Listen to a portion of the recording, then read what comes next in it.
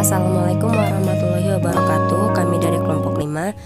Saya Yustika Lawiyah Hamzah, NIM 1701011377.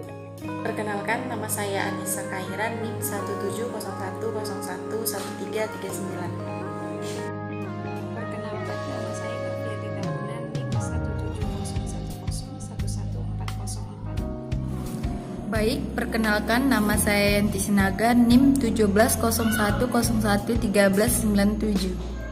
Assalamualaikum warahmatullahi wabarakatuh. Nama saya Purnawasari, NIM saya 1701011411. Nama saya Khairunisa, NIM 1701011395. Perkenalkan, nama saya Aditya Laila Sitompul, NIM 1701011402. Perkenalkan, nama saya Opi Afridiana, NIM 1701011364. Di sini kami akan membahas materi bioteknologi yang berjudul Mengkloning Gen Membuka Bidang Baru dalam Kesehatan. Nah, pada materi kali ini terdiri dari 3 poin pembahasan. Yang pertama ada protein dan gen dalam penelitian kesehatan. Yang kedua ada pembuatan cloning gen dan identifikasi cloning gen yang diinginkan.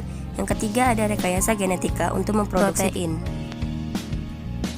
Baiklah, saya akan menjelaskan poin pertama, yaitu protein dan gen dalam penelitian kesehatan. Untuk memproduksi obat biotek akan melalui proses yang rumit dan memakan waktu yang cukup lama, di mana para peneliti dapat menghabiskan bertahun-tahun hanya untuk mengidentifikasi protein terapeutik yang relevan, dengan menentukan urutan gennya dan mengerjakan proses untuk membuat jumlah yang cukup dari molekul protein menggunakan bioteknologi. Setelah metode ini ditentukan, teknisi dapat menghasilkan sejumlah besar produk protein dari bioreaktor dalam kondisi yang dikontrol dengan hati-hati dengan menumbuhkan sel inang yang telah diubah untuk mengandung gen terapeutik. Sel-sel dirangsang untuk menghasilkan protein target melalui kondisi kultur yang tepat yang mencakup keseimbangan suhu, oksigen, keasaman, dan variabel lainnya. Pada waktu yang tepat, protein diisolasi dari kultur, diuji secara ketat pada setiap langkah pemurnian, dan diformulasikan menjadi produk yang aktif secara farmasi. Baiklah, selanjutnya protein dalam bioteknologi. Protein dalam bioteknologi telah merevolusi di industri perawatan kesehatan dan farmasi dalam beberapa dekade terakhir. Banyak penyakit dari kondisi umum seperti diabetes hingga penyakit langka seperti penyakit Gaucher dapat diobati dengan mengganti protein yang hilang. Penyakit Gaucher ini adalah penyakit yang disebabkan oleh penumpukan zat berlemak atau protein di dalam organ tubuh. Karena terjadi penumpukan, maka akhirnya terjadilah pembengkakan dari organ tersebut dari bentuk yang seharusnya. Karena dia membengkak, hasilnya adalah terjadi gangguan dari fungsi organ tersebut.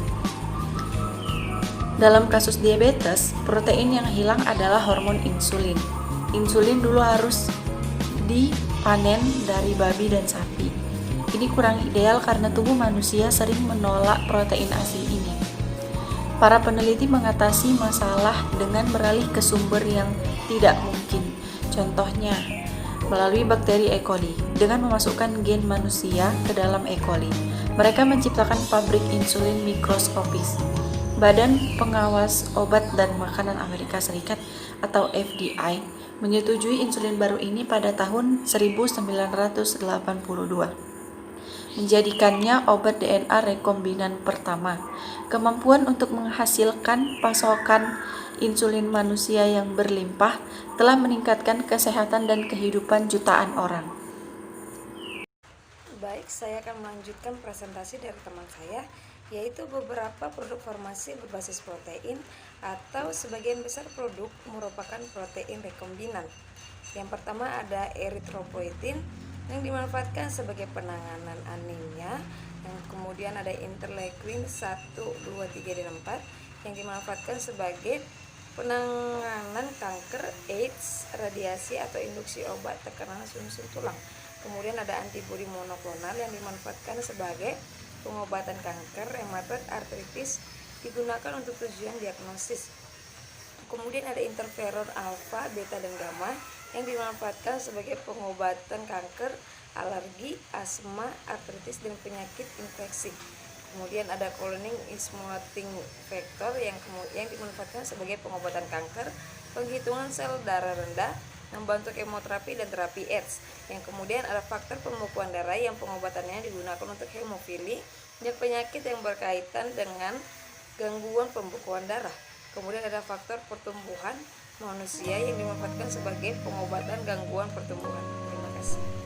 Selanjutnya ada contoh lain dari potensi penggunaan protein dalam perawatan kesehatan, di mana dalam perawatan kornea yang rusak, sebuah studi dari para peneliti di Kanada dan Swedia menunjukkan bahwa kornea biosintetik dapat membantu regenerasi dan memperbaiki jaringan mata yang rusak dan meningkatkan penglihatan. Penemuan ini penting karena pendekatan ini dapat membantu mengembalikan penglihatan kepada jutaan orang yang menggunakan donor kornea manusia untuk transplantasi. Dalam studi tersebut, setiap pasien menjalankan operasi dengan satu mata untuk mengangkat jaringan kornea yang rusak dan menggantikannya dengan biosintetis kornea yang dibuat dari kolagen manusia rekombinan yang saling terhubung secara sintetis. Protein tersebut diproduksi dalam sel ragi dan secara kimia saling terkait untuk percobaan. Selanjutnya, kornea biosintetik juga menjadi sensitif terhadap sentuhan. Penglihatan membaik pada banyak pasien, dan setelah pemasangan lensa kontak, penglihatan sebanding dengan transplantasi kornea konvensional dengan menggunakan metode baru untuk menyaring molekul yang berhubungan dengan penyakit yang dengan cepat. Penelitian telah menunjukkan bahwa protein yang diproduksi oleh kanker dapat memicu tubuh untuk memproduksi antibodi yang tidak ditemukan pada individu sehat, disebut autoantibody. Ini dapat diukur dalam darah dan digunakan untuk mengungkapkan keberadaan kanker. Saya akan melanjutkan hasil dari presentasi teman saya, yaitu pembuatan klon gen dan identifikasi cloning gen yang diinginkan. Nah, cloning adalah proses pembuatan sejumlah besar sel atau molekul yang seluruhnya identik dengan sel ataupun molekul asalnya. Klon gen artinya sekelompok salinan gen yang bersifat identik yang direplikasi dari satu gen dimasukkan ke dalam sel inang. Pembuatan klon gen meliputi serangkaian PR isolasi fragmen DNA spesifik dari genom atau organisme, penentuan sekuen atau fragmen DNA, pembentukan molekul DNA rekombinan, dan ekspresi gen target dalam sel inang. Adapun langkah-langkah dasar cloning gen, yang ke-1, penentuan sekuen atau fragmen DNA melalui sequencing bertujuan untuk memastikan fragmen DNA yang diisolasi adalah gen target sesuai dengan kehendak kita. Yang kedua, suatu fragmen DNA yang mengandung gen target yang akan diklon selanjutnya diinsersikan atau dimasukkan ke dalam molekul DNA sirkular yang disebut vektor atau plasmid, plage, atau kosmid. Untuk menghasilkan kimera atau molekul DNA rekombinan, vektor bertindak sebagai wahana atau wadah yang membawa gen masuk ke dalam sel inang atau tuan rumah, bisa dibilang host.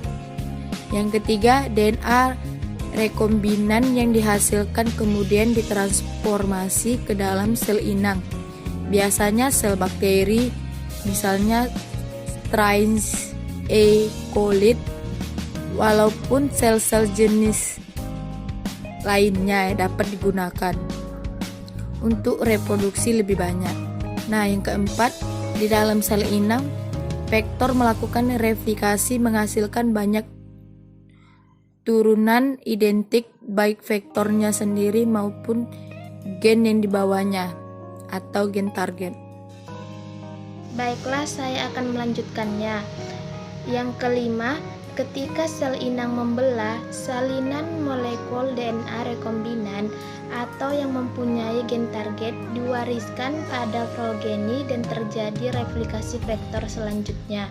Yang keenam, setelah terjadi sejumlah besar pembelahan sel, maka dihasilkan koloni atau klon sel inang yang identik.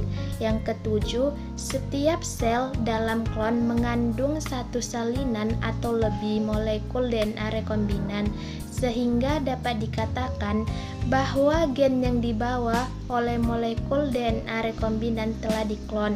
Yang kedelapan, gen-gen target yang ada di dalam sel inang jika diekspresikan maka akan menghasilkan gen yang kita inginkan. Selanjutnya ada identifikasi cloning yang diinginkan. Metode untuk mendeteksi DNA suatu gen secara langsung tergantung pada pembuatan pasangan basa antara gen dan urutan komplementer pada molekul asam nukleat lainnya. Disebut hibridasi asam nukleat. Molekul komplementer asam nukleat untai tunggal pendek yang dapat berupa RNA atau DNA disebut probe asam nukleat. Denaturasi sel dilakukan untuk pemisahan untai DNA. Gen hasil cloning dapat digunakan untuk mengidentifikasi gen serupa atau identik di dalam DNA dan sumber lainnya. Jika sel mengandung gen yang diinginkan, menstralasi gen disebut menjadi protein.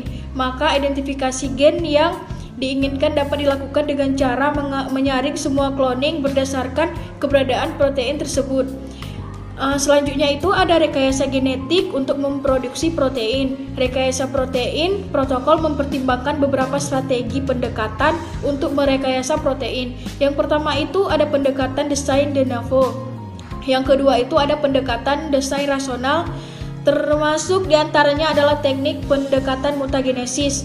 Yang ketiga itu ada pendekatan desain mutagenesis acak atau random. Termasuk diantaranya adalah evolusi yang diarahkan.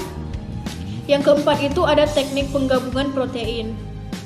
Selanjutnya strategi desain de novo, mengidentifikasi susunan dan geometri asam amino yang optimal untuk stabilitas geometri, mengembangkan algoritma yang powerful untuk solusi optimal, mendesain dan merekonstruksi protein sintetik, menggunakan informasi dari struktur 3D dari akumulasi protein alam dan ikatan-ikatan protein, menemukan susunan asam amino terbaik untuk memastikan ikatan pada struktur yang dipilih. Pendekatan stack direction, 1. Menemukan hubungan antara struktur dan fungsi protein serta stabilitas molekul melalui informasi dari struktur 3 dimensi protein. 2. Mengidentifikasi susunan asam amino seperti mengetahui asam amino memiliki energi terendah untuk mengubah struktur ikatan sehingga dapat dilakukan analisa terhadap interaksi antara protein-protein ikatan DNA dan aplikasi karakteristik antibodi eksplorasi susunan protein. Strategi teknik evolusi yang diarahkan untuk mencipta perbedaan genetik untuk memiliki karya yang memiliki varietas yang diinginkan. Untuk memulainya dilakukan langkah mengisolasi gen-gen dengan sifat spesifik yang diinginkan dan dengan menggunakan proses mutagesi atau rekombinasi membuat pustakaan besar variasi gen. Semakin besar pustakaan, semakin besar kecepatan untuk menemukan variasi gen dan sifat-sifat yang dibutuhkan. Teknik penggabungan protein. Teknik ini adalah rekayasa protein baru dengan membuat atau menyatukan susunan protein-protein berkode pada satu gen terhadap susunan protein berkodekan gen yang berbeda. Metode yang meliputi pemisahan protein atau Afghanistan, penghilangan komponen non-protein, pemisahan kerutan, isolasi protein, dialisis, purifikasi protein. Terima kasih.